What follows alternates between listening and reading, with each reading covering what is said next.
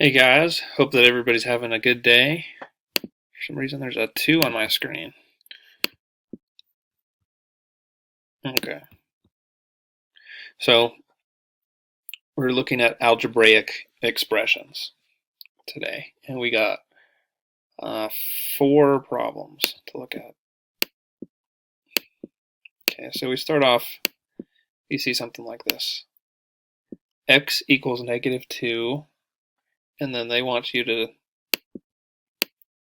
be able to figure out what is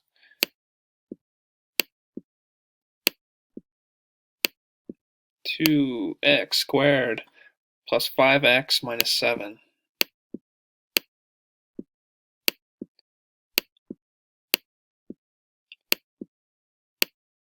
Okay. So all we're really doing is just plugging it in. If this stuff looks hard, take your time. Right? That's the key. I feel like I say that in almost every math video. 2x squared, right? Plus we have our 5, and then we're just going to plug in -2.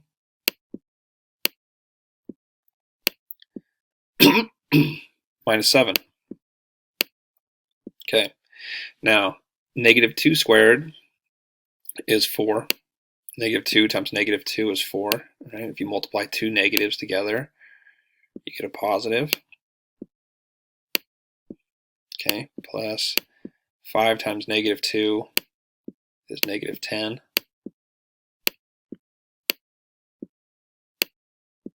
And then just carrying down minus 7. Okay, so now we have 8 minus 10 minus 7.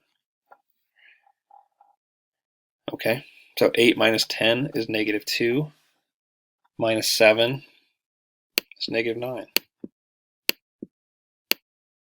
That's our answer. Okay, so that's our first one, right, where we're plugging in a number and then doing some algebra.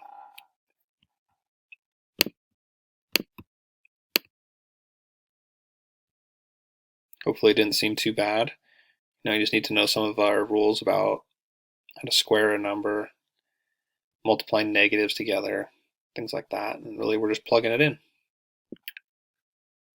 Okay, what do we got next?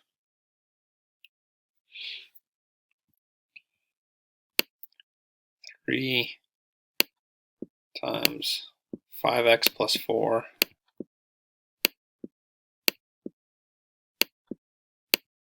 And then you can see right there, we're going to end up having to distribute that, right? So we'll get to that in a second.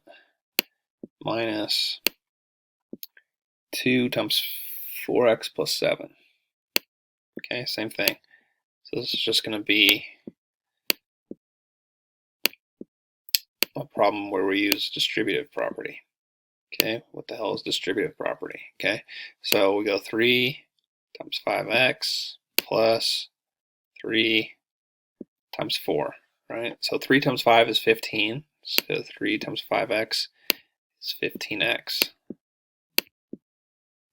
plus 3 times 4, 12. So when I do these, I like to keep them in parentheses.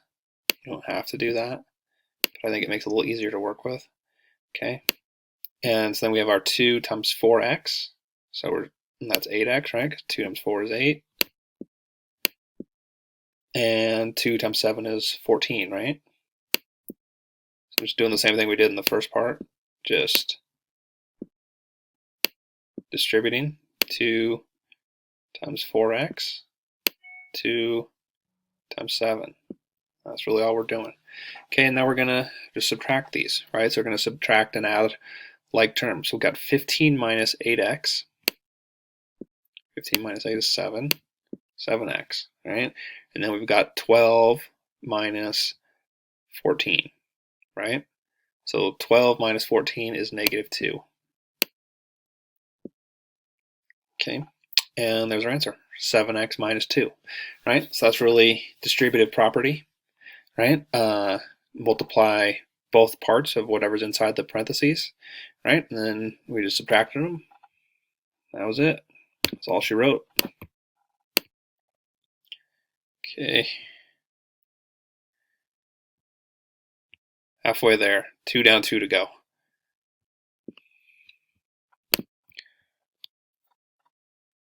Okay, so this one we go 1/3 x plus 1/4 x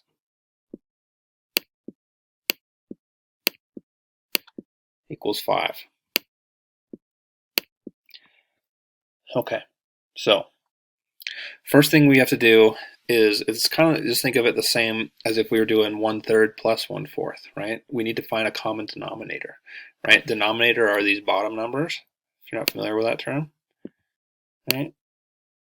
Okay, so we'll just go ahead and multiply them together. We'll say denominator is going to be 12, right? 3 times 4 is 12, and then we do the same thing to the top, right? Multiply by 4, so we have 4/12 x plus, okay, so 1/4. So if we multiply the denominator and the numerator, the top and the bottom, by 3, and we get, now we got 12 on the bottom, so isn't that nice? Now we got the denominator is the same, and then up top we got 3.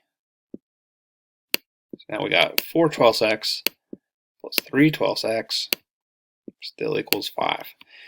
Okay, so now because we have these denominators the same, we can now add what's on top within the numerator, 4 and 3. So that will give us,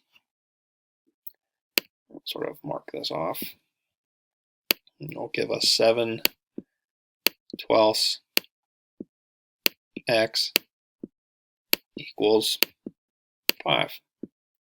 Okay, we're getting closer. Okay, so now we need to get rid of the 7/12, right? Because we just want to have x by itself.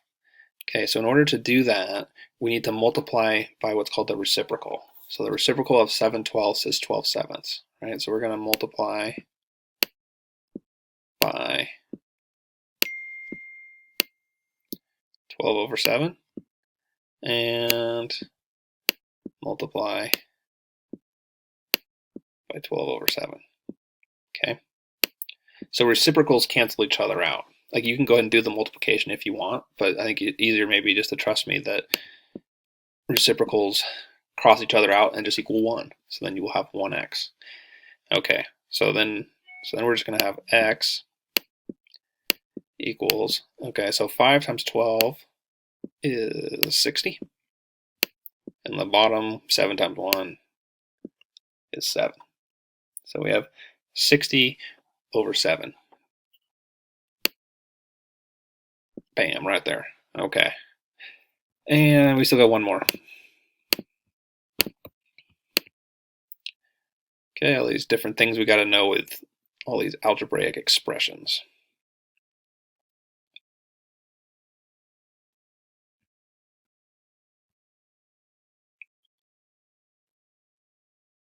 Need like some elevator music or something while I'm erasing. Okay. So on this one we have, it says x equals 8, y equals 1/2 x.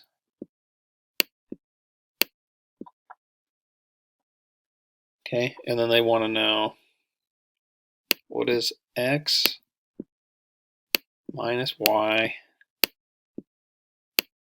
divided by 2? Okay. So, to start off with, we know that x is 8, right?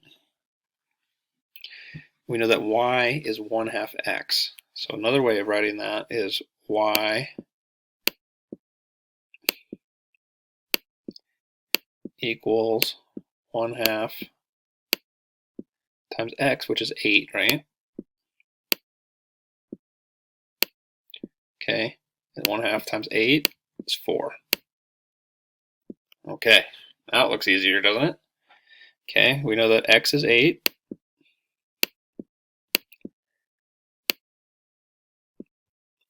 y is 4 divided by 2. 8 minus 4 is 4. 4 divided by 2 is 2. There's our answer. Okay, so again, really, when you first look at that and you see x equals 8, y equals 1/2 x, solve for x minus y divided by 2, it just seems all crazy, right? And that's usually what we're trying to figure out, is there something I can plug in? That's usually going to be the case with algebraic expressions. So this is the case with a bunch of these, right? Where I was plugging in numbers. We did one where it was distributive. We did one where you dealt with fractions and it multiplied by the reciprocal. So all these things, like the math in and of itself isn't all that hard. It's just kind of getting used to how they want you to go about solving the problem. Anyway, I hope the video helped, and I will see you next time.